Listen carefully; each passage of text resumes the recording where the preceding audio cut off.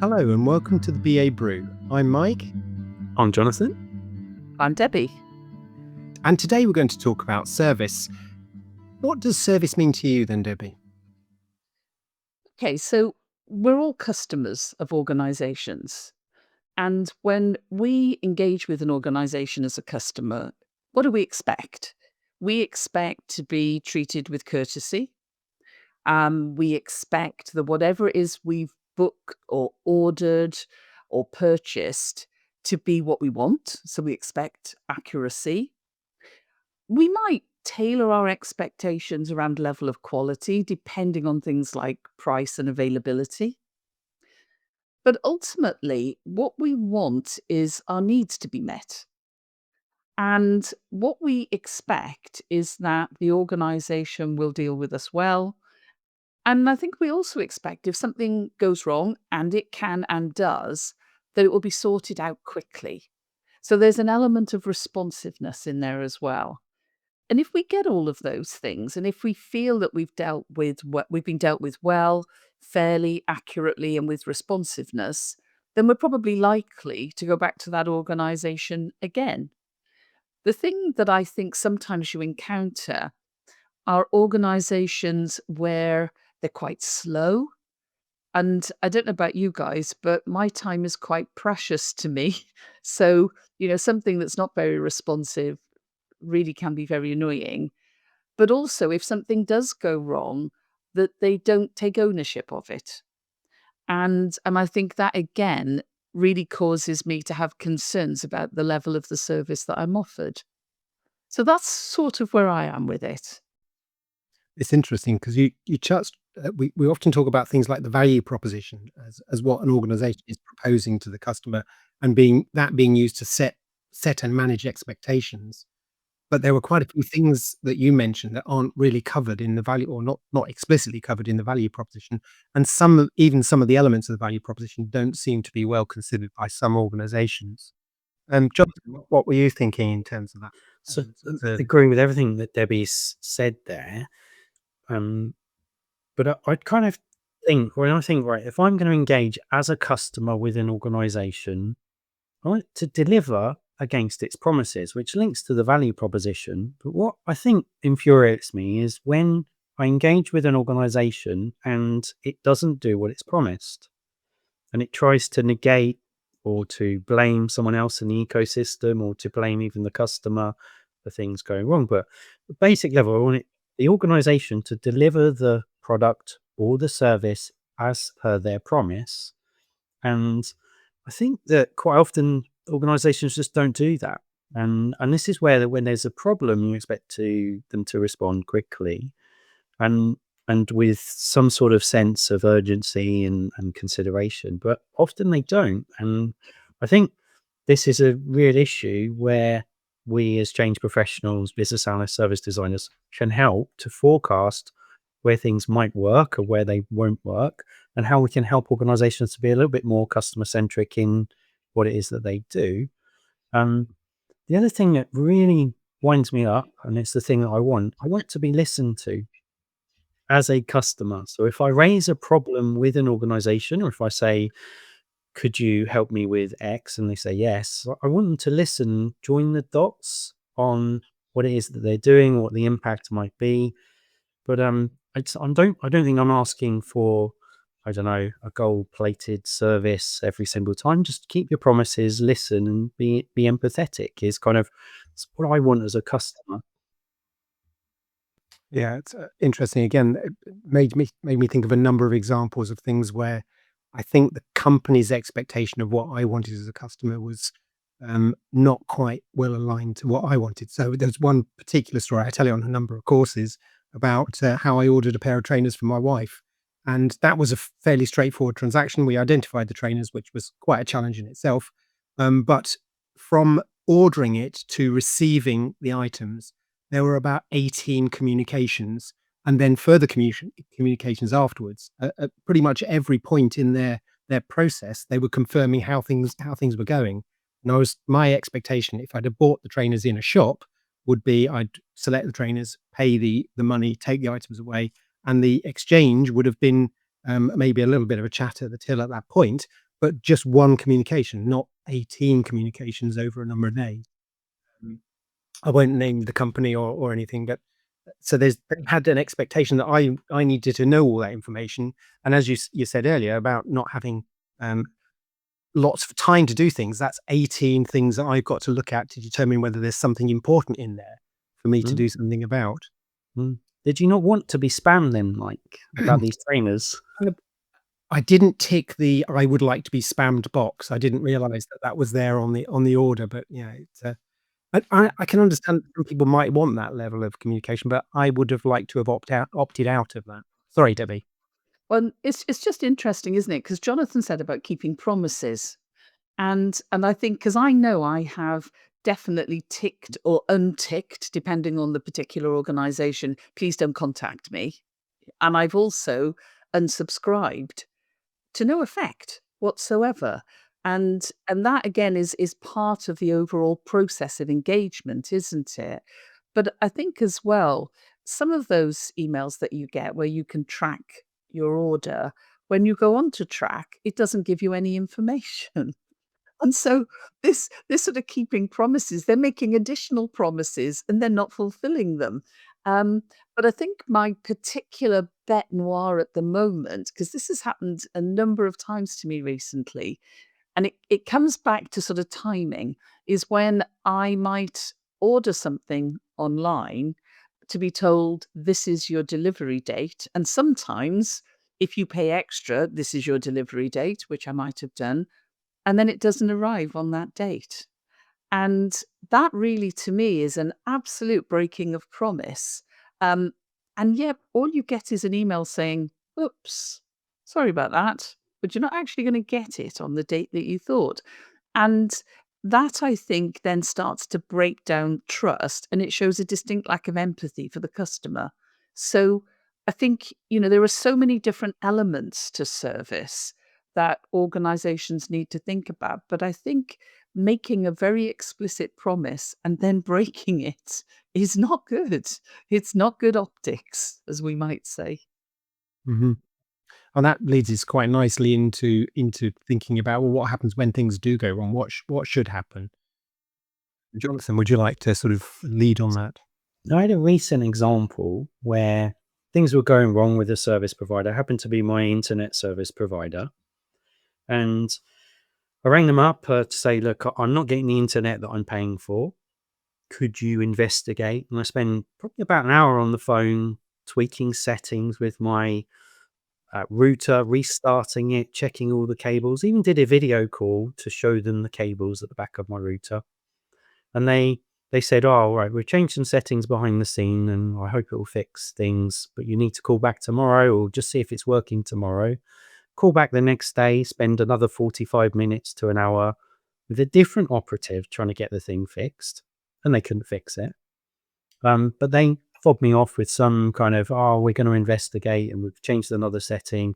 So on the third day, go through the same process, fourth day, same process. And by this point, I'm not able to do my job. So it's having an impact on my ability to do my work.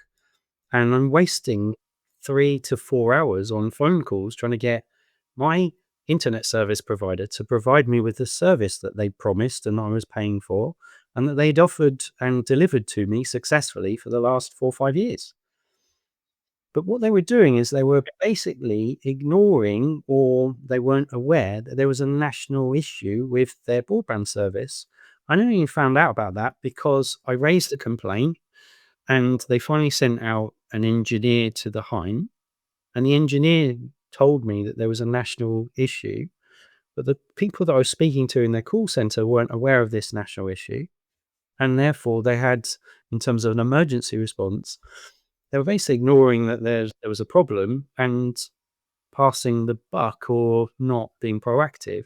So I raised the complaint and then they promised they would call me back the following Monday at 2:00. So I wait at 2:00 and I get no phone call.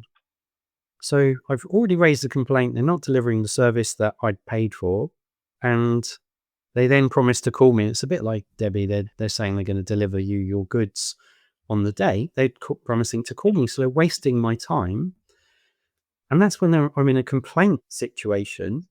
And still that internet service provider hasn't acknowledged that there's an issue, and they haven't fully fixed my issue at this moment in time. So I'm in the middle of this complaint. And at one point, talking to one of the operatives, they offered to sell me a different service with a different service provider. They also spoke to quote terms and contractual conditions to me, saying that they have 30 days to rectify a broadband service issue.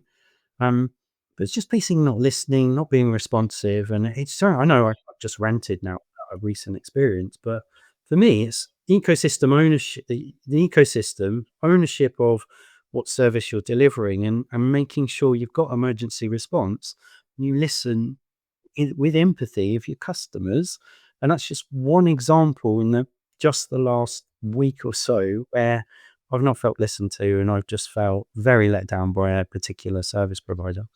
I mean, that sounds like they've got no real understanding of the impact it's having on you at all, and not responding to. I had a problem with a mobile phone, where I had a number of calls to the service center and escalated it because it just wasn't being resolved. And they said, "Oh, well, we can send you some compensation." And I thought, well, I'm not here for the compensation. I'm here for you to solve my problem. And they said, yes, we can send you £2. That's the maximum we can send you. And I thought, I've been on the phone for 3/4 of an hour and you're going to send me £2 to make me feel better. That does not make me feel better. It was unbelievable. I managed to resolve it eventually, but yeah, I thought that was a derisory amount of money to offer me for the inconvenience. Debbie, you must have some things you want to share. It really is interesting, though, isn't it? Because when you look at service issues, quite often, and this comes down to one of the things Jonathan just talked about, quite often it's because there's been a lack of communication within the organization about, maybe a root cause of something, but people don't know. Sometimes there's, a lack of information about something that maybe is recorded incorrectly, or something on a system that's causing a problem. So they don't actually know what it is that is the issue to be fixed. And one of the things that I quite often think is, and sorry about this, guys, but if you had, professionals in change, business improvement, business analysis, service design, name it what you will, actually some of these issues could be dealt with. And one of the things that we seem to fall prey to a lot these days is there's a technological issue. And obviously, there can be the very sort of unpredictable events where an organization is hacked, there's a cybersecurity issue, something like that, which is awful to deal with. But I read a lot about organizations where this is the issue, and they seem to go straight into sorting the technology out mode. As a customer, sometimes it's not the sorting out the technology that is going to impact you. There's a different outcome you need, which could be, I don't know, delivery of a product or something like that. Um, and it just always strikes me that if there was, some, I think you used the term like crack team of business analysts or service designers or business architects or whatever, that could actually look at a problem situation and say, okay, there's a problem with the technology, but this is what we can do as an organization to make this, at least work to a certain extent for our customer. I just think sometimes that would be a really good way to look at it. And I'm not sure that a lot of organizations think that way, because everything is so technology focused and driven, and we're not thinking about, maybe a bit more holistically about how we might get around it. Does that make sense? Mm. And I think one of the challenges with that is actually, if we don't think about who we're going to involve when something does occur, we can get into sort of a panic mode and just look to try to respond. And I was thinking about, there was it wasn't that long ago, there was one of the supermarkets, or a number of the supermarkets, just lost all of their till functionality for taking any electronic payments. And I think I was in one of the supermarkets at the time, and they one of the particular supermarkets in our town went over to taking cash payments, which was fine for those that had got cash payments, but they hadn't got any other way of taking other payments from anybody else. But other places closed down. They couldn't actually open the doors because they couldn't take payments at all. The tills were just useless at that point. And maybe having that crack squad identified beforehand, right, something occurs, let's get those people together and try to think of other more holistic approaches rather than just, I'd say, that panic station view. Mike, one of the techniques that I've been diving into recently is scenario analysis. And one of the things I think where BAs and service designers and others can really help with is in advance of an issue, thinking through the scenarios that may or may not occur and trying to think through how would the service work should the payment systems be gone down, or if there's a flood, or if the staff call in sick, or some other issue. The other thing where I think scenario analysis can really help is thinking of different personas that might engage with your service. So what if it's a minor? What if it's a vulnerable adult? What if it's someone with an accessibility need, or some volume of customers? I don't know, it's a restaurant and you've got lots and lots of customers. How would you respond in that context, and really thinking ahead of time so that the service works? I'm going to grumble again. Phone lines that say, you ring up and they say, unprecedented phone calls and we're really busy. Well, why is that message being played all of the time? It's a lie. Yeah. Can't At some point, busy. we go from an unprecedented level of demand to, no, this is the current level of demand. And I think 5 years or nearly 6 years on from COVID, I find it amazing that these places haven't actually got round to reducing the length of the queues to less than an hour in some organization. I find that amazing now. I think, okay, back in March to June 2020, that was a pretty reasonable excuse. All this time on, I think, yeah, maybe you're just not putting enough people into that role, or there's something else going wrong there. Do you like what you've just said, though, Jonathan, about scenario analysis? Because I think obviously we have to look at things like business continuity. That's part of what we do. Um, and there are a lot of professionals who work in business continuity, some of whom we work with. But that's business continuity. It's not technology continuity. And it's actually about making sure that you've thought through these scenarios and said, okay, well, if this was to happen, how would we overcome it? What have we got in our business architecture, if you like, that would enable us to work around this? And sometimes it's not possible. But I do remember once there was a store and they had a technology problem. I can't remember where it was, and so couldn't take online payments.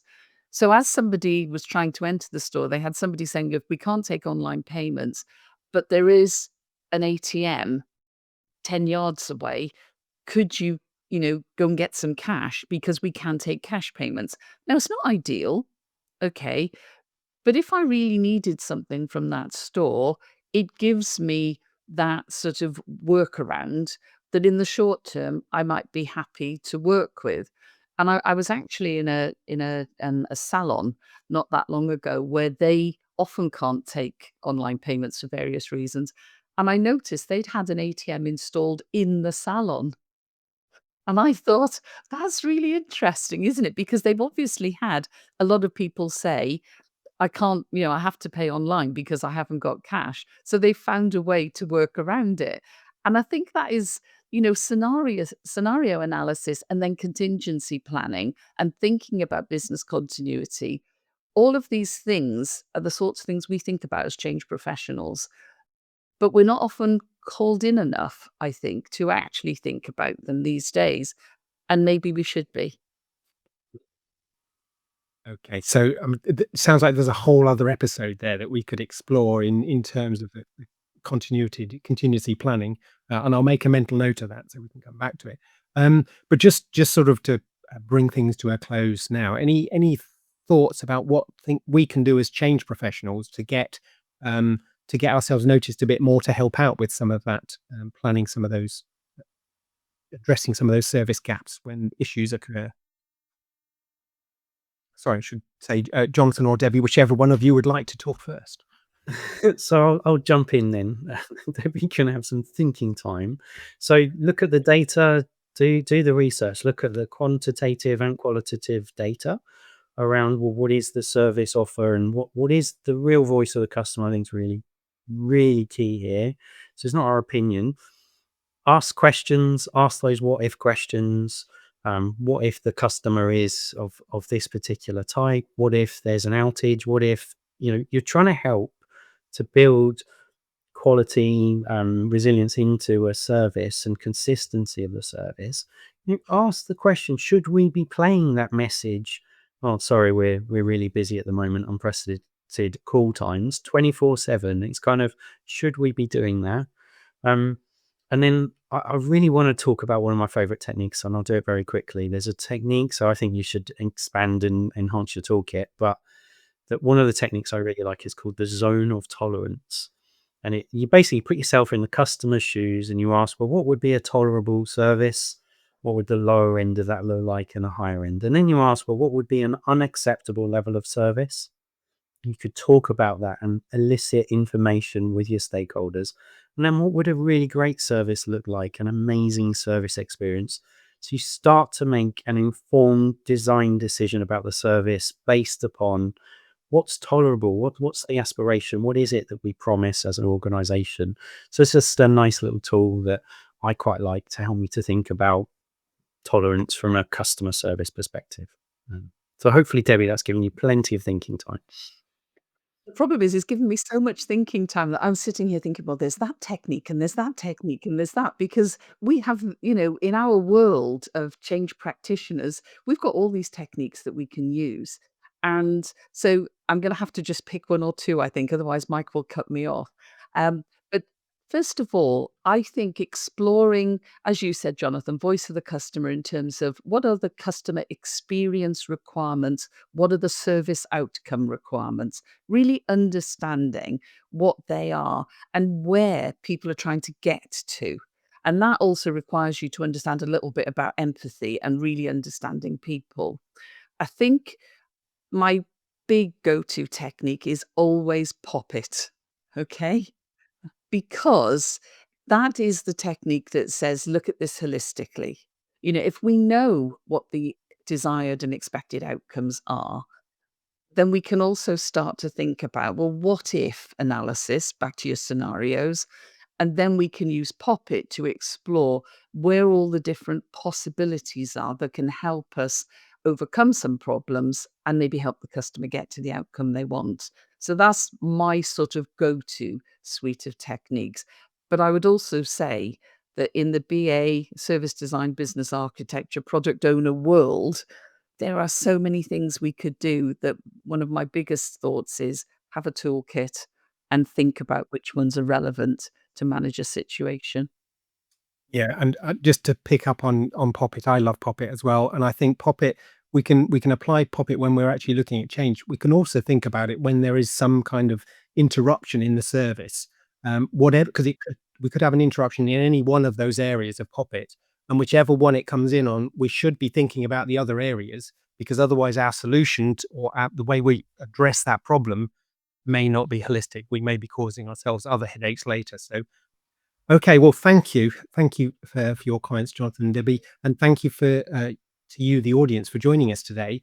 If you do have any ideas for future episodes of the BA Brew, then please contact us via babrew@assistkd.com, and don't forget to like and subscribe. Bye for now. Thank you. Thank you.